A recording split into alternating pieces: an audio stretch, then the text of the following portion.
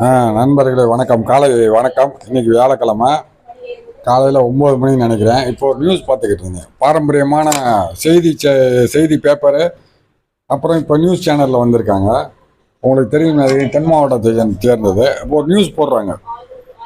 3 இளைஞர்கள் டாஸ் கட்சியை சேர்ந்த நிர்வாகிகள் இஸ்லாமியரை தாக்கி கார் கண்ணாடி உடைப்புன்னு சொல்லி. என்னடான்னு உள்ளே போய் பார்த்தா, அவர் பின்னாடி போன இந்த 3 பேர் பைக்கில் இடிஸ்டார் போல தெரியாமல்.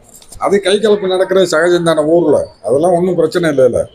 இதை எப்படி போடுறாங்க பாருங்க. 3 இஸ்லாமியர் தாக்குனது.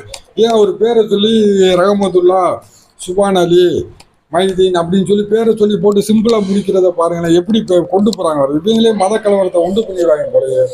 உங்களோட கருத்து என்ன தோழர்களே? உண்மையா இல்லையா நான் சொல்றது? இன்னும் எனக்கும் இஸ்லாமியர்